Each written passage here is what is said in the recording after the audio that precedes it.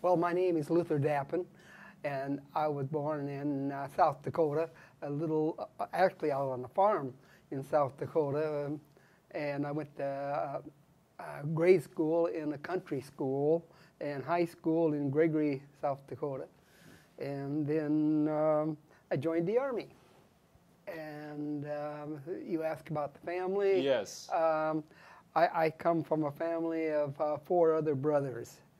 And 2 of my older brothers were in the service, so I guess that's why I joined the Army. What were you doing at the time that Korean War broke out?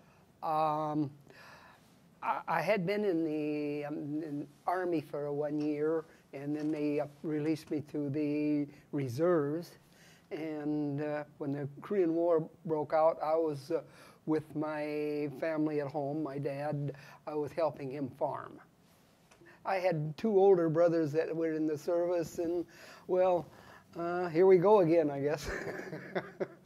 So you were nothing afraid of anything like that? I wasn't especially afraid. Oh, yeah, you have to get a little bit uptight, but that's the way it was, I guess. Mm. Have you heard about Korea before you actually were headed to Korea? Now we're talking about 60-some years ago, so I don't remember what I knew about Korea before the Korean War broke out. I just really don't know. Did you learn anything about Korea from the class?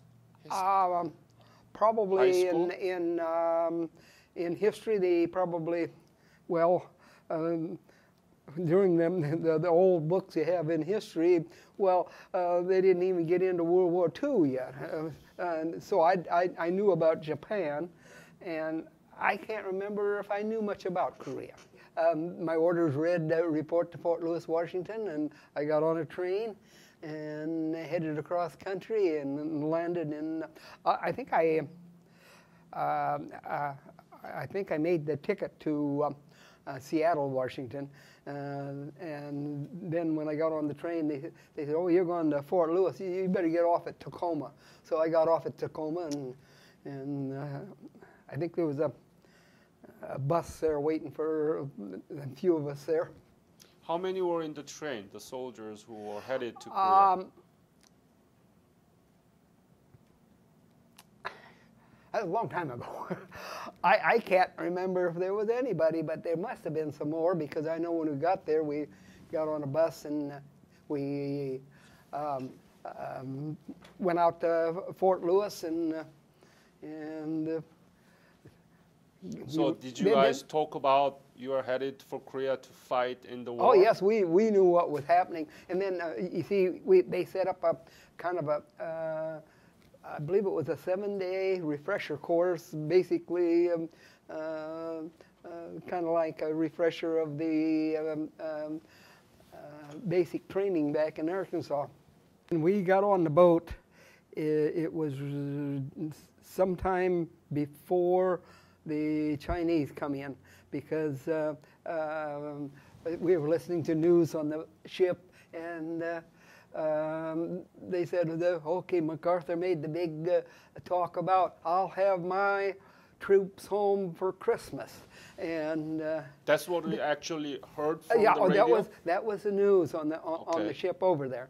And so, and also on the trip, about that time, the Chinese entered. So that was the sailing time. Now, when we sailed for Yokohama in Japan, and we were there in Yokohama for 3 days, and I don't know if it was the same ship or another, that and 3 days later we got on the ship again and we sailed for Incheon.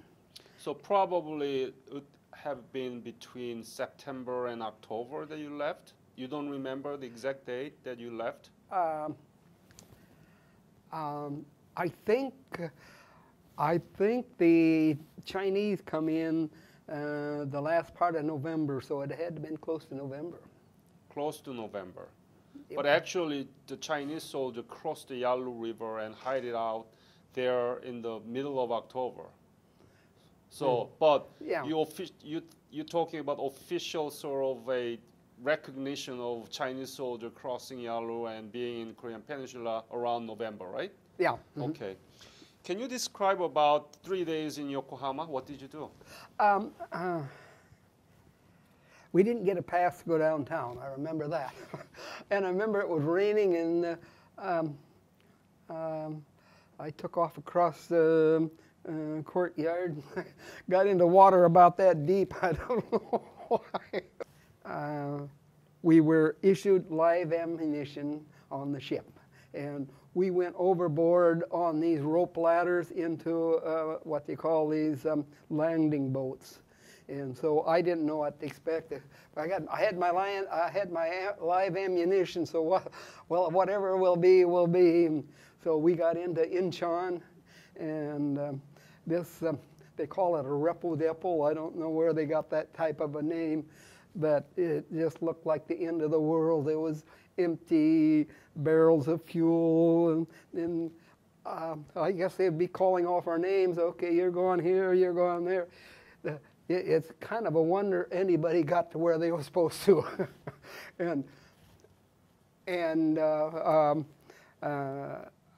Anyway, I was then assigned to the 25th Division. I was in the reconnaissance company. So you get on that train, and okay, we got on the train, and my first night duty, I was on guard.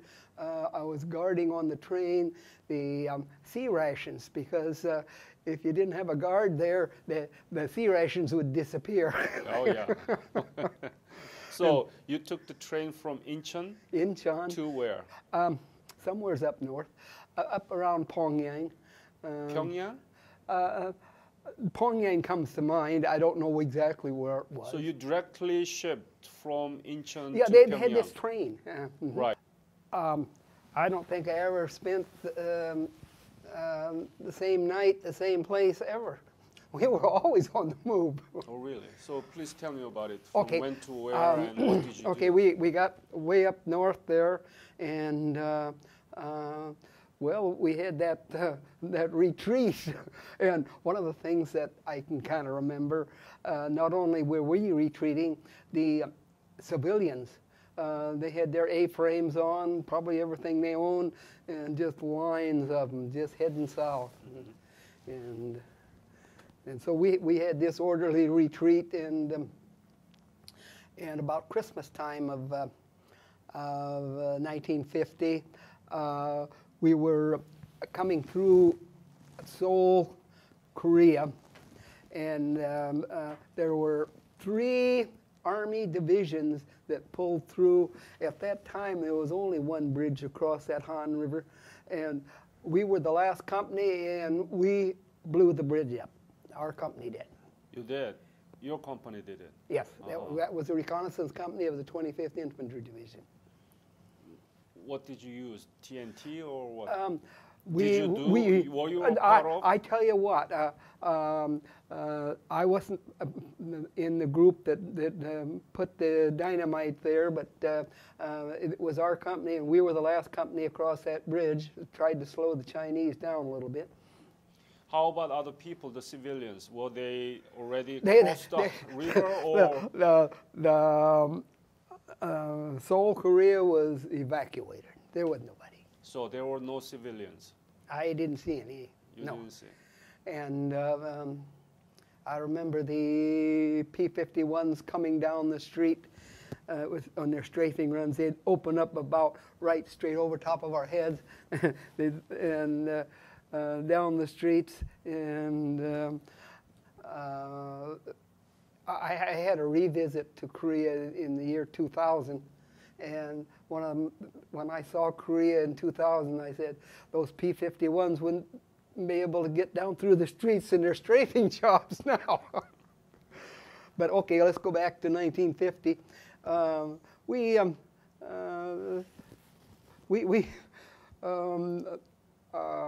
I had in the 25th Division, in the reconnaissance company, there was a fellow by the name of David Hackworth was in our company, and he wrote this book about faith, and he tells about how, well, when we come through Seoul there about Christmas time of 1950, how we, his squad was, he set up in the bank, and he said that he ordered a bazooka to blow the safe open, and there was some worthless Korean money, and he says, well, take all you want.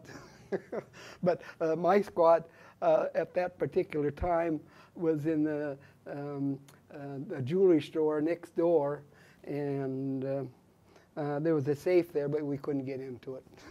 I was in the mortar squad of the reconnaissance company, and a typical day, that first couple months we were in retreat. Like I say, we never stayed in the same place twice in the night. Then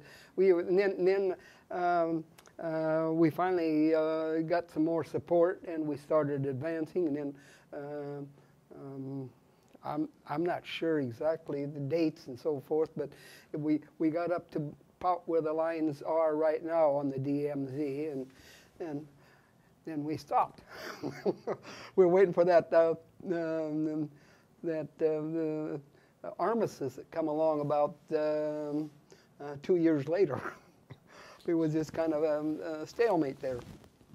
Right, so you were around the DMZ or the 38 parallel as the period of stalemate, right? Yeah, at the end. Mm-hmm. Have you ever faced real enemy? North Korea, have you ever seen those? Have I ever shot at one? Yeah. Well, a lot of the mortar work, although we had, being in the reconnaissance company, that means we kind of the eyes and ears for the division. Well, a lot of our assignments was, well, why don't you go up and see what they're shooting at you with you today? And I remember one time we moved up to see what was going on, and we sat there we were kind of in the open field, I thought. And we were sitting there for about an hour, and finally one of our soldiers just about stepped on a Chinese soldier. He jumped up with his hands up, and when he jumped up, then there was about a dozen more. We'd been there an hour or so, and we had no idea we were in there. Mm. Surprised me. So what happened to him? What happened to those? Well, we took them back to our MP unit, and they shipped them back to wherever they were holding prisoners. But they also both sides had these propaganda leafs. But every once in a while, there'd be a Chinese soldier or North Korean with that give up slip. Hey, here I am. And so I know one time we had a prisoner we just kind of kept for a couple of days. He was a good worker for us. They had the point system to be rotated. But when I left, it was, they said, okay, who's been in the company the longest? Okay, you get to go home. So I got to go home, come up the same time my R&R come up. So I got cheated out of R&R. Oh. But, well, like that whole third platoon, that was about a third of our company was captured there in Seoul, and a few other casualties. It didn't take all that long before I was the oldest member there, so I got to go home. Can you describe the scenery of Korea when you arrived and while you were doing service? I think I mentioned earlier when we hit that Repel there in Incheon. Man, I thought, this is the end of the world. I never saw anything so gloomy. Gloomy and? Well, I don't know, probably cloudy and cold and just, and there were oil barrels strung all over, and people trying to get on a train to go north and south or wherever they were heading. We were alongside the Turkish troops for a while, and they were They were pretty brutal. They had them lined up, and the old sergeant come up, and he knocked this one soldier down. He got up and stood up there, and he knocked him down a second time, and he got back up, and he got knocked down a third time. That was the kind of discipline the Turks used. Americans didn't have that kind of discipline? No, I didn't. I never seen it. You never seen it? Wow. So it must be a shock to you. Also, there was a period that we were assigned to the British soldiers, and we drew their rum rations.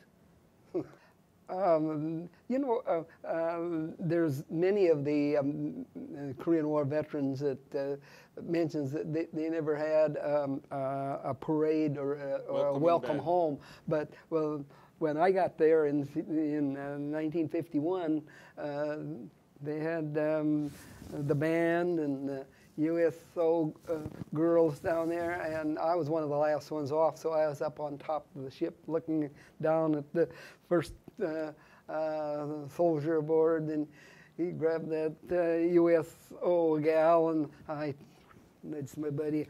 Good thing I wasn't the first one off, because I wouldn't know what to do. Wow, that's nice, because many of the Korean War veterans that I have interviewed, they said there was nothing arranged for them. Uh-huh. That was very true. What was the reaction from your family? Did you go directly to your home from Tacoma, or what happened? Well, they give us our service, D214, and give us some mustering out money. I think it was about $400, and I got on the train and headed home. Oh, what happened? Did you receive the salary while you were in Korea? Yeah. Mm-hmm. What did you do with that money? There wasn't actually the cash, Anyway, dollars, but it was.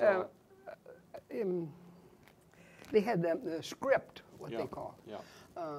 What did I do with it? I don't think there was enough to really worry about it, but I didn't have anything to spend it on either. I don't know, you could find in a poker game once in a while. I probably lost some of it in a poker game. Have you ever sent it back to your family? I never won any, so I don't know. I didn't. The only money I had when I went home was my mustering out money. That's it? Yeah. So you spent all the money there? Yeah, I didn't have any extra money. The GI Bill come out, and no, I said, I think I'll just take my money and I'll go to college, go to school. So I went to Northern State University up in Aberdeen, South Dakota, and spent 4 years there, and come out in education. Education? Yeah, see, and then I was a teacher, and then in the summers and don't have school, so I continued my education. I got a master's degree from the University of Wyoming in counseling. For a while, when I first got back home, what was really, really different is, the year that I spent over there, like in the evenings, and we always had somebody on guard. I mean, and that feeling, you have to secure them. But you get back home and you get to thinking, hey, what's going? Hey, I don't have to do that. How do you let out a breath? Oh. But that might have been that you might consider as post-traumatic stress. I don't know. That's the most mildest form of stress, right? Yeah. Yeah. You're lucky. You said that you went back to Korea by 2010, 11? I went back 2000 even, and then I went back twice, and then 2010. I'm proud to be a Korean War veteran. I guess that's my feeling.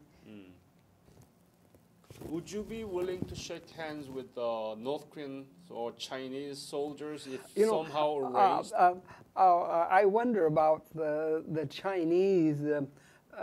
you know, right now we're in fairly good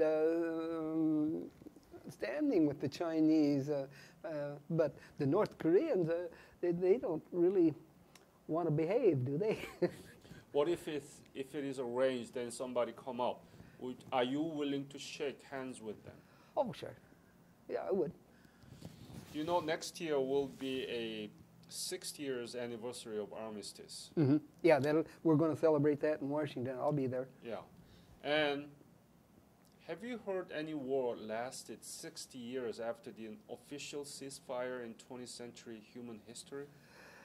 That's quite a while. Quite a while, isn't it? Yeah. There are still a lot of problems in the DMZ and in North Korean side, but would you be willing to sign the petition if there is a one to end the armistice and replace it with the peace treaty? Would I be willing to sign it? Yeah. Yeah. Yes, I think that's what should happen, and hope that the North Koreans mean it and abide by it. We did keep the North Koreans from taking over the South Korean people. You wonder, what if the United Nations wouldn't have agreed to do that? I wonder what Korea would look like now. You wonder. So what is your message? So the message would be, what would it be?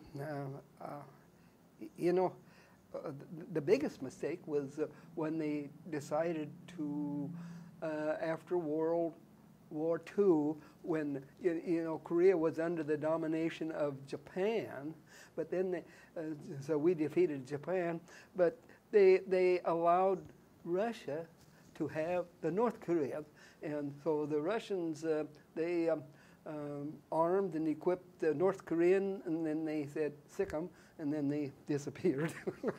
That's the way I saw it. Yeah, I think you made a real point there.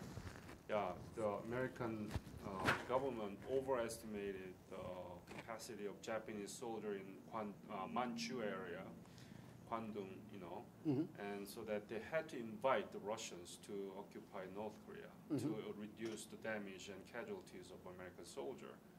But it wasn't necessary, actually. No, it wasn't. Yeah, yeah. Great. Any message to young generation? Young generation, study your history.